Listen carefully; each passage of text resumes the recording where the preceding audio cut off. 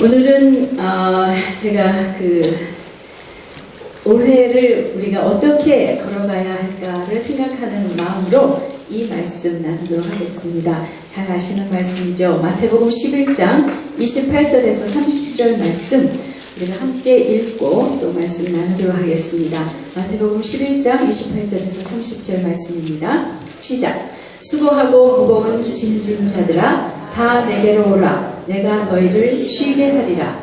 나는 마음이 온유하고 겸손하니 나의 멍에를 메고 내게 배우라. 그러면 너희 마음이 쉼을 얻으리니 이는 내 멍에는 쉽고 내 짐은 가벼우니라 하시니라. 네, 수고하고 무거운 짐진 자들에게 다 오라고, 나에게 오라고, 그래서 내가 너희를 쉬게 하리라고 초청하십니다. 어쩌면 우리 모두가 어쩌면 이러한 기대로 이 자리에 매번 모인다고 생각할 수도 있죠. 이 자리에 나오는 것은 굉장히 쉽지 않은 일입니다. 우리의 삶 가운데 수고하고 무거운 짐을 지는 일들이 많이 있죠. 그래서 이 자리에 오는 것이 어떤 때는 더 큰 수고와 무거움같이 느껴질 수도 있을 것입니다. 하지만 여러분들은 작정하시고 선택하셔서 이 자리에 계십니다. 그래서 주님께서 주실 그 쉼이 무엇인지 또 우리가 그것을 어떻게 계속해서 누리게 될지를 오늘 보면서 이 올해의 삶이 그 주님이 주시는 그 마음의 쉼을 갖는 그 시간, 그 삶이 되도록 우리 함께 작정하며 기대하는 이런 시간 갖도록 하겠습니다. 수고하고 무거운 짐진 자들아, 모든 수고하고 무거운 짐진 자들을 부르시는데요. 영어로 보면 all who are weary and burdened, 또는 어떤 다른 성경에서 번역에서는 who are labor and heavy laden, are heavy laden 라고 말하고 있습니다. 사실 수고와 짐은 부정적인 것이 아닙니다. 우리는 수고하지 않고 짐을 지지 않아야 한다고 생각할 수 있습니다. 하지만 수고와 짐은 사실은 이 땅의 삶에서 당연한 것입니다. 처음부터, 창조 때부터 우리에게는 하나님께서 땅을 다스리고 보살피라는 그러한 책임이 있었어요. 그것은 짐입니다. 거룩한 짐입니다. 하나님 우리를 이 땅에 그저 내보내신 것이 아니라 우리에게 당신의 거룩한 짐을 부탁하셔서 우리 이 땅에 태어나게 하셨고 또 그 위에 우리가 타락했기 때문에 또 그 위에 타락한 자로서의 짐이 우리 위에 있다는 것이죠. 하지만 이것 역시 우리가 감당해야 할 그러한 짐이고 또 사역이라고도 말할 수 있고 또 사명이라도 말할 수 있는 것이 짐이고 우리가 그 짐을 지기 위해서는 당연히 수고가 있어야 하는 것이죠. 우리가 궁극적으로 하나님이 우리에게 명하신 것은 하나님을 사랑하고 이웃을 사랑하라는 것인 것을 우리가 압니다. 그런데 그 사랑이라는 것에 대해서 수고 없이 사랑은 있을 수 없다는 것이죠. 데살로니가 전서 1장 3장에 보면 믿음의 역사와 사랑의 수고와 소망의 인내가 있다는 것을 말해주십니다. 믿음이 있으면 하나님의 역사가 일어납니다. 그렇죠? 사랑이 있으면 수고가 따르게 된다는 것이에요. 우리가 소망이 있으면 그 소망을 가지고 인내할 수 있다는 것을 말해주시는 이 세 가지 중에서 사랑에는 반드시 수고가 있는 것이에요. 사랑은 수고로 표현됩니다. 가장 큰 수고, 이 세상의 가장 큰 수고가 어떤 것이었습니까? 예수님의 십자가였습니다. 그것은 그분의 사랑의 수고였다는 것을 우리가 아는 것이죠. 그래서 우리는 당연히 수고해야 됩니다. 그런데 문제는 이러한 수고와 짐이 지나치고 또 무거워져서 우리에게 그 피곤한 상태, 지친 상태, weary, 아주 지쳐버린 상태가 되고 그것이 너무 무거워서 견디기 힘든 상태가 되는 것이 문제라는 것이죠. 이것은 하나님의 뜻이 아닙니다. 하나님이 우리에게 짐을 지어주실 때는 절대로 우리가 그것으로 인해서 지치고 또 정말 좌절하고 하는 것이 하나님의 뜻이 아니죠. 그렇기 때문에 예수님께서는 우리에게 오라고 그것을 해결해 주시겠다고 우리에게 당신에게 부르고 계신 것이죠. 내게로 오라고 말씀하십니다. 수고하고 무거운 짐진 자들은 침대로 가는 것이 아니라 어디 유원지로 가는 것이 아니라 주님께로 와야 하는 것입니다. 여러분이 아주 적합한 곳에 오셨어요. 여러분 수고하고 무거운 짐진 자들이시면 마땅히 있을 곳에 있으신 것입니다. 그런데 주님에게 어떻게 가는 걸까요? 물론 여기에 오셨습니다. 이것 역시 주님에게 오는 것이죠. 무엇으로 오셨습니까? 저에게 오셨습니까? 아니면 이 자리로 오셨습니까? 아닙니다. 우리는 주님의 말씀이 육신이 되어 오신 주님 앞에 온다는 것은 그분의 말씀 앞에 있는 것이 먼저는 그것이죠. 그래서 우리가 먼저는 홀로 있는 시간 가운데 주님 앞에, 주님의 말씀 앞에 나가는 것이 주님에게 나가는 것이고, 또 우리가 함께 공동체적으로 이 말씀 앞에, 예배의 시간에 말씀 앞에 오는 것, 이것이 바로 주님 앞에 수고하고 무거운 짐진 자들로 오는 것인 것을 우리가 다시 한번 기억하는 것이죠.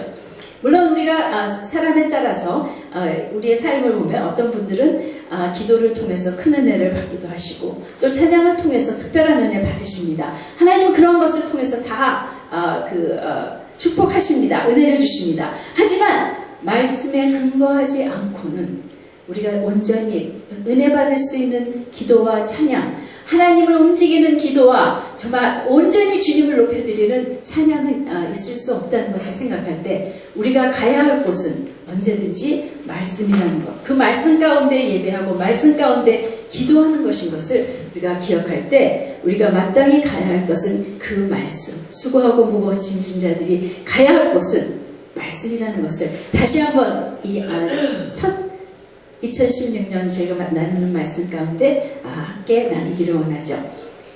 약속이 있습니다. 쉬게 하겠다고. I will give you rest. 얼마나 좋은 소식인가요? 복음입니다. 그분께서 우리에게 쉼을 주시겠다는 것이에요. 정말 얼마나 많은 사람들이 정말 그 무거운 짐을 지고 피곤해하고 있는지요. 여러분, 수고하고 무거운 짐진 자들 손 들어보세요 하면 마음의 손을 한번 들어보세요. 네, 아마 대부분 두 손 드셨을지도 모릅니다. 이 구절이 성도들이 굉장히 좋아하는 구절이라는 것 자체도 아마 이 우리의 상태가 어떠한지를 증명해 주는 것이라고 생각할 수 있습니다. 실상 우리는 그 안식을 기대하며 주님 앞에 나가기도 했고, 또 지금도 이 자리에 있을 수 있는 것이죠. 우리가 그렇게 주님 앞에 안식을 기대하며 나갔을 때 우리가 구체적으로 구하는 것은 무엇일까요? 어떤 것이 주님이 주실 안식일까요? 일도 좀 안 하고 편히 놀게 해주실 수 있을까? 좀 휴가를 가라 그렇게 좀 하시고, 또 휴가를 우리 어떤 상황을 반해서 휴가를 가게 해주시지 않을까? 아니면 안식년이라도 갖게 해주시지 않을까? 사실 안식년은요, 그 성경에 없는 말이죠. 안식일은 있지만 안식년은 없어요. 모세가 40년 동안 안식년 없이 사역했다는 것을 우리가 전에도 한번 얘기한 것이 있어요. 어쨌든 우리는 그러한 기대를 가질 수 있습니다. 또 조금 더 영적으로라면 내게 어떤 위로를 주실 말씀을 주셔서 내가 그 좀 안식을 가질 수 있지 않을까? 약속이 될 말씀을 주시지 않을까? 또는 내가 힘이 불꽃 솟아오르는 그런 말씀을 주시지 않을까? 이것 모두 사실은 하나님이 하시는 일이고 좋은 일이고 또 우리가 기대할 수 있는 것입니다. 그러나 그것에 그치지 않고 오늘 말씀을 통해서 하나님이 우리에게 주시는 안식, 쉼이라는 것은 그것보다 훨씬 더 높은 것임을 우리가 보게 되는 것이죠. 사실은 다음 구절을 보면 좀 수상한 말이 나옵니다. 그런데 이 수상한 말을 통해서 진정한 하나님이 주신, 예수님이 주신 그 안식이 있다는 것을 보게 되는 것이죠. 29절을 보면 다시 한번, 나는 마음이 온유하고 겸손하니 나의 멍에를 메고 내게 배우라. 그러면 너희 마음이 쉼을 얻으리니. 나의 멍에를 메래요. 여러분, 멍에라는 것은 무엇입니까? 멍에는 뭐 할 때 메게 되는 것입니까? 누가 맵니까? 짐승이 메고요. 또 사람이라면 노예가 맵니다. 네, 그리고 그것은 일을 하기 위해서 있는 것이에요. 안식과는 너무나도 거리가 먼 것이 멍에예요. 안식이라는 것이 있을 수 없다고 생각하는 것이 바로 멍에인 것입니다. 수고하는 것이고 짐입니다. 하지만 예수님께서는 나의 멍에를 메고 내게 배우면 쉼을 얻겠다고 말씀하시는 것이죠.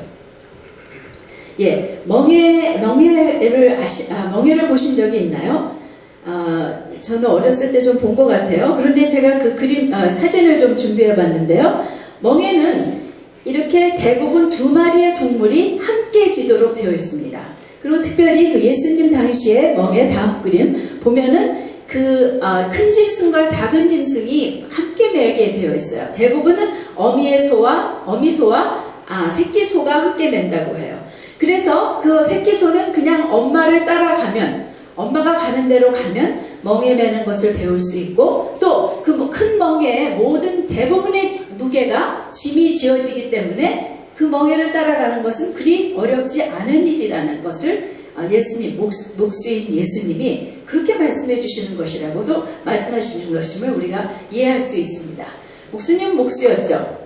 근데요, 그냥 믿거나 말거나 성경에 나온 말이 아니기 때문에 어떤 목수셨을까? 아마도 멍에를 만드신 목수였을 것이다 라고 우리가 나눈 적이 있는 것을 기억합니다. 아마 예수님은 이러한 많은 멍에를 만드시면서 바로 그 멍에를 매는 것이 어떤 것인 것을 많이 생각하시고, 그렇기 때문에 또 그 멍에에 익숙한 그 당시에 유대 사람들에게 이런 이야기를 해주고 계신 것임을 생각하게 됩니다. 네, 그렇기 때문에 예수님의 멍에라는 것은요, 이미 주님이 메고 계신 멍에예요. 주님이 우리를 부리시려고, 동물같이 노예같이 부르시려고, 자 얘들아 와라, 이 멍에를 메고 내 일을 해라 가 아니라 이미 저 사진과 같이 어미소와 같이 그 멍에 밑에 들어가셔서 이미 그 멍에를 메고 계신 그 멍에로 우리를 초청하시며 내 멍에를 메고 내게 배우라라고 말씀하시는 것이죠. 그럴 때 너희 마음이 쉼을 얻으리라고 말씀하세요. 먼저는 내가 너에게 쉼을 주시리라고 했어요. 그런데 그 쉼을 얻는 방법이 당신의 멍에, 당신이 이미 지고 계신 멍에를 지는 것이며, 그랬을 때 그 쉼은 무슨 쉼이냐 하면 마음의 쉼이라는 것을 말씀해 주시는 것이죠. 여러분 실망하셨습니까? 나는 지금 육신이 너무 피곤한데 마음의 쉼만 주신다니. 육신의 쉼이 필요한데 하나님 왜 마음의 쉼 말고 육신의 쉼이요? 사실은 그렇지만 육신의 쉼은 잠시입니다. 일시적입니다. 여러분 어저께 실컷 잤는데 오늘 밤이면 또 자야 되죠. 네, 그와 같이 우리의 육신은 계속해서 피곤해질 수 있고 또 쉼이 필요합니다. 하지만 마음의 쉼이라는 것은 참으로 근본적인 것이에요. 마음의 쉼이 없이는 사실은 아무리 많이 자도 피곤할 뿐, 안식이 되지 않을 뿐더러 또 그 안식이 내 삶 가운데 온전히 누려지지도 못하는 것이 마음의 쉼이 없을 때이죠. 마음의 쉼이라는 것이 무엇인가 생각해보면 사실은 그것은 평안이라고 볼 수 있어요. peace. 내가 하나님과 갖게 되는 평화, 내가 나 자신과 나의 생각과 나의 감정과 나의 의지와 갖게 되는 나 자신과의 평화, 또 나의 상황, 다른 사람들과의 갖게 되는 외부 것들과 갖게 되는 그 평화의 상태가 나의 마음의 안식, 나의 쉼. 예수님은 그것을 주신다는 것이에요. 그리고 그 마음의 안식이 있을 때 사실은 모든 안식이 있을 수 있는 것을 우리에게 암시해 주시는 것이죠. 잠언 4장 23절에 보면 이렇게 말하고 있습니다. 모든 지킬 만한 것보다 더 내 마음을 지키라. 이는 생명의 근원이 이에서 남이니라. 우리가 지켜야 할 것이 마음이에요. 근데 그 마음을 지킨다는 것은 사실은 그 마음의 평안을 지킨다는 것이에요. 우리가 내 마음을 누가 뺏어갈까봐, 도둑질 해갈까봐 지키라는 것이 아니죠. 이 마음의 평강을 지키라는 것인데, 왜냐하면 생명의 근원, 그것은 뭐냐면 issues of life예요. 모든 삶의 문제가 내 마음에 달려있기 때문에 이 마음이 지켜져야 내 모든 삶의 일들이 평안 가운데 가게 된다는 것이죠. 모든 것이 내 마음에 달려있기 때문에 예수님은 우리를 불러서 당신의 멍에를 메고 당신에게 배움으로 우리에게 마음의 쉼을 주시게 하는 것이 예수님이시라는 것, 예수님의 초청이라신 것을 우리가 보게 되는 것입니다. 그러면 예수님의 멍에란 것이 무엇일까요? 이런 멍에를 보여주시고 우리에게 오라고 하시는 것은 아니죠. 이것을 우리에게 이해할 수 있는 우리가 멍에의 모습이라면 정말 주님의 멍에란 것이 무엇일까 생각해 보신 적이 있는지요? 그리고 그것은 어떻게 질 수 있고 그 멍에를 메고 배운다는 것은 무엇일까? 저는 이런 것들을 생각해 보았습니다. 사실 제가 지난해 한국에 갔었죠. 한국에 갈 때 한 가지 목적이 있었습니다. 그것은 하나님의 안식을 얻는 것이었어요. 제가 굉장히 지쳐 있었습니다. 참으로 수고하고 무거운 짐진 자였습니다. 저희 어떤 개인적인 일들과 또 사역의 일들까지 저에게는 굉장히 수고가 됐고 굉장히 무거운 짐같이 여겨지면서 아주 견딜 수 없는 상황이 됐습니다. 그래서 어떻게 보면 도망가듯 벼랑간 서울로 가게 됐어요. 그랬을 때 저는 여러분들에게도 그렇게 말씀을 드렸던 것 같아요. 저는 하나님의 안식을 갖길 원합니다. 그래서 가서 매일매일 생각한 것도 내가 참으로 어떻게 하나님의 안식을 가질까? 하나님 어떻게 당신의 안식을 가질 수 있습니까? 라고 기대하는 마음으로 주님 앞에 있었습니다. 그런데 주님께서 처음부터 이 말씀을 주셨어요. 마태복음 11장. 당연하죠. 수고하고 무거운 짐진 자들아. 여러분 다 피곤할 때 생각하는 말이죠. 그랬을 때 그 멍에가 무엇일까? 어떤 말씀을 보든 다시 이 말씀으로 돌아가게 하셨어요. 어떤 말씀을 묵상하든 결론은 주님의 멍에를 매는 것으로 돌아가게 하셨습니다. 그런데 저에게는 궁극적으로 그 주님의 멍에가 무엇인가? 주님이 지셨던 주님이야말로 가장 큰 수고와 가장 큰 짐을 지셨다면 그 짐을 지셨던 멍에는 무엇일까? 저에게 깨닫게 해주신 것은 십자가였습니다. 오늘 우리가 십자가에 대한 많은 찬양을 했죠. 주님의 십자가는 주님의 멍에였습니다. 그분이 지고 가셨던 그 멍에였던 것이죠. 그 사랑의 수고고 그분의 사명이었습니다. 사명을 감당하는 방법, 사명을 감당하는 길이 바로 그 십자가의 길이었던 것을 볼 수 있죠. 이 말씀을 더 나누기 전에 먼저는 그렇다면 내가 주님의 멍에를 메고 주님을 따라갈 때 내가 나를 이끄시는 그 길은 무엇일까? 내가 주님의 멍에를 메고 갈 때 주님이 이끄시는 나의 길이 있죠. 그것은 어떤 길일까? 그것은 바로 또 나의 십자가를 지는 길이라는 이해를 주셨습니다. 누구든지 나를 따르려거든 자기를 부인하고 날마다 자기 십자가를 지고 나를 쫓을 것입니다. 여러분 우리 믿는 모든 자들을 주님은 예수의 제자로 당신을 쫓는 자로 부르셨죠. 그런데 우리는 이 부르심에 대해서 상당히 부담감을 갖습니다. 굉장히 거부를 하기도 합니다.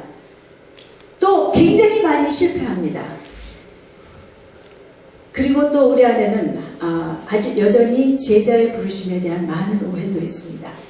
많은 사람들은 그렇게 생각해요. 제자는 아주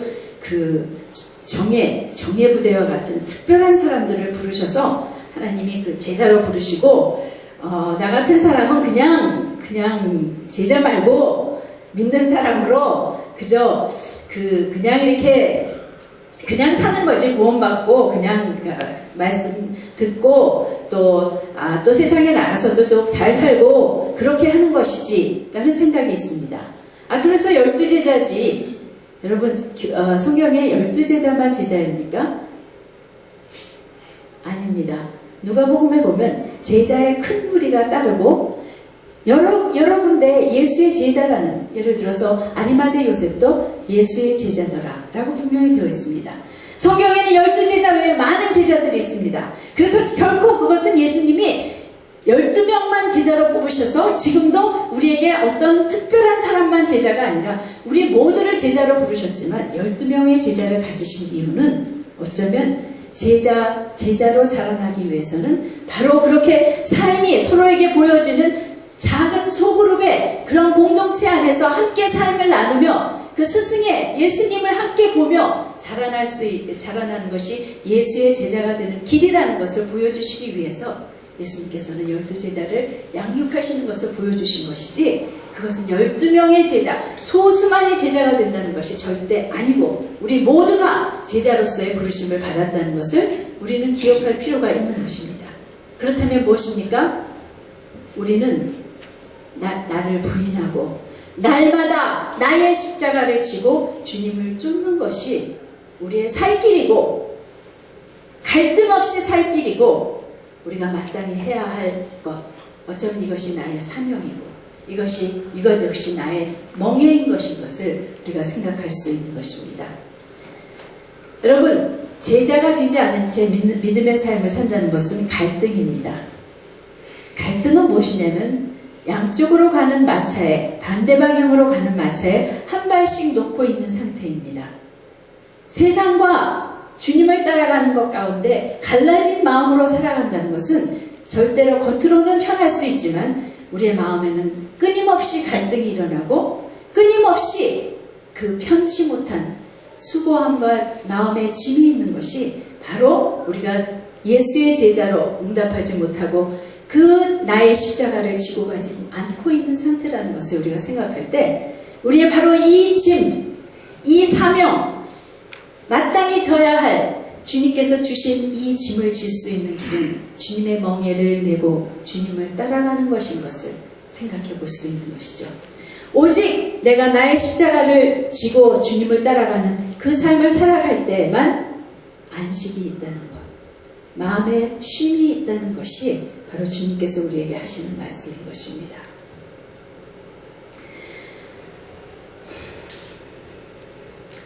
내가 주님의 멍에를 메고 나를 매일 부인하고 날마다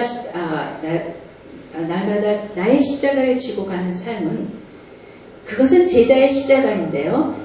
그 십자가는 결코 주님의 십자가가 아닙니다. 우리 보고 온 세상을 구원하기 위해서 죽으라고 말씀하시는 것이 아니에요. 우리의 십자가는, 나의 십자가는 나의 삶에 맞도록, 나의 삶에 매일매일 다가오는 문제와 상황, 나의 어떠한 부르심에 맞도록 그것 가운데 매일매일 나를 부인하고 나의 십자가, 나를 부인하고 날마다 다시 주님의 멍에를 메고 그 길을 가는 것이, 내가 죽는 것이, 나의 생각과 나의 뜻과 나의 유익과 나의 이기적인 유익과 또한 나의 생각, 감정, 의지, 이런 세상의 것들에 대한, 세상에 대한 추구, 이 모든 것들을 버리고 죽으며 오직 주님이 따라가는, 주님이 인도하시는 그 길을 가는 것이 내가 그 멍에를 메고 나의 십자가를 따라가는 그 길인 것이죠. 네, 그 주님이 맡겨주신 우리의 그 십자가를 지고 가는 그 길이라는 것은 꼭 어떤 큰, 우리가 생각할 때 선교지를 간다거나 또는 무슨 어떤 그야말로 말하는 그 사역 또는 성직, 이러한 것이 아니라는 것, 우리는 장막장의 사역에서 너무나도 무수히 나누었습니다. 바로 내가 겪는 모든 삶 가운데의 갈등, 내가 결정해야 하는 일들, 내가 있는 그 자리, 나의 고통, 나에게 지금 허락되고 있는 문제, 나의 질병에서까지 내가 나를 부인하고 나의 생각이나 나의 계획이 아닌 주님을 따르기로, 나는 죽었기 때문에 나는 이 멍에를 메고 주님이 이끄시는 길로 어디든지 가겠습니다. 그래서 그렇게 날마다 죽는 삶이 바로 제자의 삶이고, 그것이 바로 나의 십자가를 지고 가는 제자의 길이라는 것을 우리는 기억할 필요가 있는 것이죠. 다시 한번 여기에 마음에 쉼이 있다고 말씀하십니다. 그리고 우리가 이렇게 가노라면 저는 분명히 압니다. 하나님께서 우리 마음에 주신 소원이 우리의 생각이 아니라, 우리의 길이 아니라 그분의 더 높고 더 위대한 생각과 길 가운데 어느새 우리가 그 멍에를 메고 나의 십자가를 지고 가다 보면 어느새 그 소원에 이르게 되는 것인 것을 또한 저는 확신하는 것입니다. 그러나 우리는 종종 내가 스스로 계획을 세우고 주님을 따라가 봤더니 그거 아니더라, 반대로 가시더라, 주님이 잘 모르시는 것 같더라, 주님은 너무 내게 무리한 걸 요구하시더라, 세상에선 그렇게 살 수 없는 거 아닌가 하면서 내가 스스로 계획하고 이제 스스로 많이 행해보았습니다. 그것은 무엇을 의미할까요? 우린 그분의 멍에를 떠난 것입니다. 멍에를 떠나서 스스로 가는 것이죠. 그런데 우리가 주님의 멍에를 떠났다고 우리는 자유한가요? 아닙니다.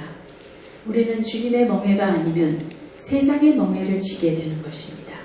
나의 멍에라고 생각하지만, 나 스스로가 하는 것이라고 생각하지만 그것은 사실은 세상의 멍에이고 바벨론의 멍에인 것이에요. 우리가 그렇게 나 스스로 가며 나의 멍에, 세상의 멍에를 지고 갈 때 어떠한 일이 일어납니까? 바로 수고하고 무거운 짐진 자들은 지치고 피곤한 사람의 삶이 될 수밖에 없다는 것을 우리는 다시 알게 되는 것입니다. 네. 그런데 우리는 이것이 굉장히 어려운 삶이라고 생각하지만 주님은 이것이 쉬운 멍이고 또 가벼운 짐이라고 말씀하십니다. 이것이 어떻게 그렇게 될까? 그것을 또한 예수님은 보여주고 계십니다. 그 멍에를 질 수 있는 그 길이 예수님의 삶에서도 그 십자가, 그 예수님의 그 십자가를 지신 그 힘이, 능력이, 그 원동력이 어디 있는가를 인간으로 오신 예수님께서 우리에게 본으로 보이신 것을 우리는 성경에서 볼 수 있는 것이죠. 그것은 무엇입니까? 그것은 바로 성령의 충만이었고 성령의 능력으로 성령을 의지하는 삶이었다는 것을 성경은 분명히 보여주고 있습니다. 특별히 성령의 역사에 대해서 분명히 더 많이 말해주고 있는 누가복음을 보면 예수님의 삶이 성령 안에서 이루어졌다는 것을 보게 됩니다. 성령으로 잉태하셨습니다. 그리고 세례를 받으실 때 성령이 임하셨어요. 어떻게 보면 성령의 세례라고 볼 수 있습니다. 그러면서 그분이 반드시 들으셔야 했을 그 말씀을 들으셨죠. 너는 내 사랑하는 아들이라 내가 너를 기뻐하노라.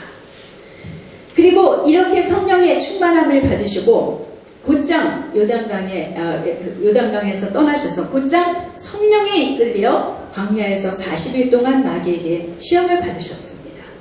그리고 그 이후에 그 시험을 이기시고 나서 성령의 권능으로 사역을 시작하셨다고 누가복음 2장에서 4장부터 이렇게 성령으로 사신 예수님의 삶을 보여주고 있습니다. 성령으로 사역을 시작하셨고 바로 그 성령의 능력으로 성령을 의지하고 성령의 충만하심으로 결국은 십자가의 길까지 가셨고 십자가에서 죽으실 수 있었던 것이 바로 그 예수님의 십자가를 감당하신 그 길이었다는 것을 우리에게 보여주고 있습니다. 그것은 가볍게 보이지 않는 것이지만 갈등이 없는 것이 아니지만 고통이 없는 것이 아니지만 결국은 가볍게 할 수 있는 길, 결국은 쉽게 할 수 있는 일로 만들어주는 것이 바로 성령의 능력이라는 것이죠. 우리 역시 성령으로 중생을 얻고 다시 태어난 우리 역시 오직 성령의 충만함으로 성령의 능력으로 성령을 의지함으로 주님의 멍에를 메고 우리의 십자가, 각자의 십자가를 질 수 있다는 것을 우리에게 말씀해 주시는 것이죠. 네, 다시 한번 성령의 권능으로 메는 주님의 멍에는 쉽고 그 짐은 가볍습니다. 그러나 성령 충만 없이는 그렇기 때문에 성령 충만 없이는 주님의 멍에를 맬 수도 없고 성령 충만 없이는 우리는 그 멍에를 떠날 수밖에 없다는 것이죠. 수고하고 다시 한번 우리는 수고하고 무거운 짐을 지는 것입니다. 사실은 여러분을 정죄하고 판단하는 것이 아니라 제가 무거운 짐을 지고 지치고 피곤한 상태였다는 것은 바로 성령님을 의지하지 않고 그 주님의 멍에에 머물지 못했기 때문에 그 떠나있는 상태가 아니었는가 생각해 볼 필요가 있는 것이었죠. 그렇습니다. 그러나 주님은 꾸짖지도 않으시고 버리지도 않으시고 다시 초대하십니다. 수고하고 무거운 짐진 자들아 다 내게로 오라. 내가 너희를 쉬게 하리라.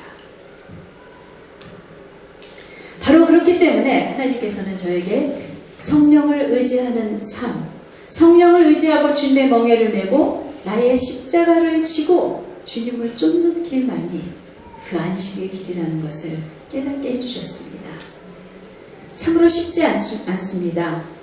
믿음의 싸움인 것이죠. 이것 역시. 또 앞으로 실패할 수도 있습니다. 원치 않지만 실패할 때가 또 있을 것입니다. 또다시 그렇기 때문에 또다시 수고하고 무거운 지친 그러한 피곤에 빠질 수도 있을 것입니다. 그러나 우리는 압니다. 이 초청은 계속되어질 것을 어쩌면 날마다 우리를 부르실 때 수고하고 무거운 짐진 자 그날에 실패한 우리를 다시 부르시며 또다시 그분의 멍에를 매라고 내게로 배우라고 우리를 초청해 주시는 것입니다. 그래서 성령을 의지하며 그 주님의 멍에를 메고 내 십자가를 지고 가는 제자의 길로 우리를 이끄시며 그 길에만 안식이 있다는 것을 우리 모두에게 가르쳐 주시고 또 그 길 가운데 우리에게 그 안식을 경험하게 하실 것이라는 것을 저는 믿습니다. 마지막으로 주님은 그 멍에를 메고 배우라고 하셨습니다. 내 멍에를 메고 내게 배우라. 무엇을 배우는 것일까요? 결론적으로 먼저 말씀드리면 하나님의 마음과 하나님의 길을 배우는 것입니다. 예수님은 당신을 뭐라고 말씀하셨습니까? 나는 마음이 온유하고 겸손하니 내게 배우라. 그분의 마음을 배우는 것이에요. 겸손하고 온유한 마음. 너희는 너희 안에 이 마음을 가지다. 이 마음을 품으라. 곧 그리스도 예수의 마음이니 무엇입니까? 그는 근본 하나님과 본체시나 하나님과 동등됨을 취할 것으로 여기지 아니하시고 자기를 비워 종의 형체를 가져 사람으로 오셨고 죽기까지 십자가에 죽기까지 복종하셨다라는 자기를 비워 자기를 낮추시고 바로 그 겸손, 그 온유, 자기에 대해서는 당신에 대해서는 온전히 죽으시고 하나님에 대해서만 사셨던 그 온유하심, 그것이 우리가 배울 그분의 성품이며 그분의 마음, 우리가 품어야 할 그 마음. 우리는 그 멍에를 메고만 우리는 이 마음을 배울 수 있는 것입니다. 그분이 어떻게 걸어가시며 그분이 어떻게 행하시는 것을, 그분의 길이 어떤 것인 것을 알게 되는 것이죠. 우리는 그 마음의 온유와 겸손을 배우며 하나님이 이끄시는 길을 걸어갈 수 있는 것입니다. 그래서 그 마음을 배우며 우리는 그 길을 알아갑니다. 그 행사를 하는 것이 아니라, 지난주에도 말씀하셨던 대로 그 행사를 배우는 것이 아니라 어떤 드러나는 어떤 권능의 일, 그것을 배우기 위하고 그것을 구하는 자가 아니라 그분이 걸어가시는 그 길을 알게 되는 것이에요. 그런데 그 길은 어떤 길입니까? 사랑의 길입니다. 그 십자가의 길은 사랑의 길이었습니다.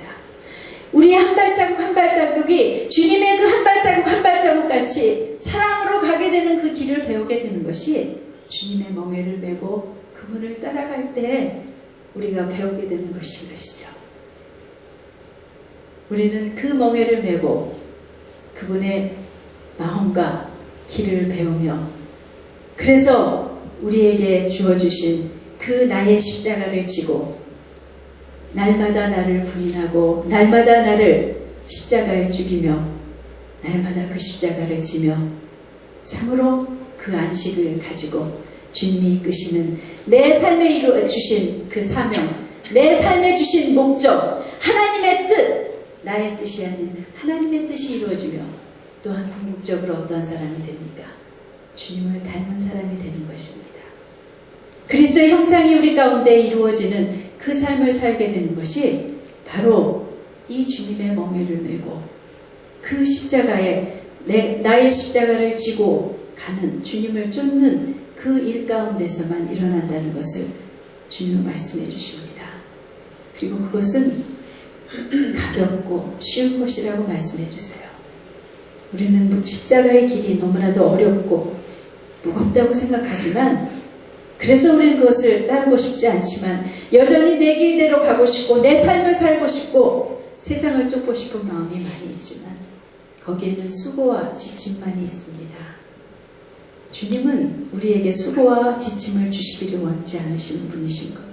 그렇기 때문에 우리를 당신에게 오라고 하시며 진정한 쉼이 있는 그 길로 우리를 이끄시는 것이죠. 지난주에 저는 이 자리에 없었지만 2016년도 장막장이들의 삶 가운데 한 번도 가보지 않은 새 길로 인도하신다는 그 말씀을 강찬희 형제님 통해서 우리에게 주셨다고 알고 있습니다. 바로 그 새 길로 가는 길이 주님의 멍에를 메고 우리의 각자의 십자가를 지고 가는 것임을 우리는 이 시간 다시 한번 주님의 음성으로 듣기 원합니다. 우리 각자 다시 한번 말씀 앞에서 생각하며 주님에게 반응하는 시간 갖도록 하겠습니다.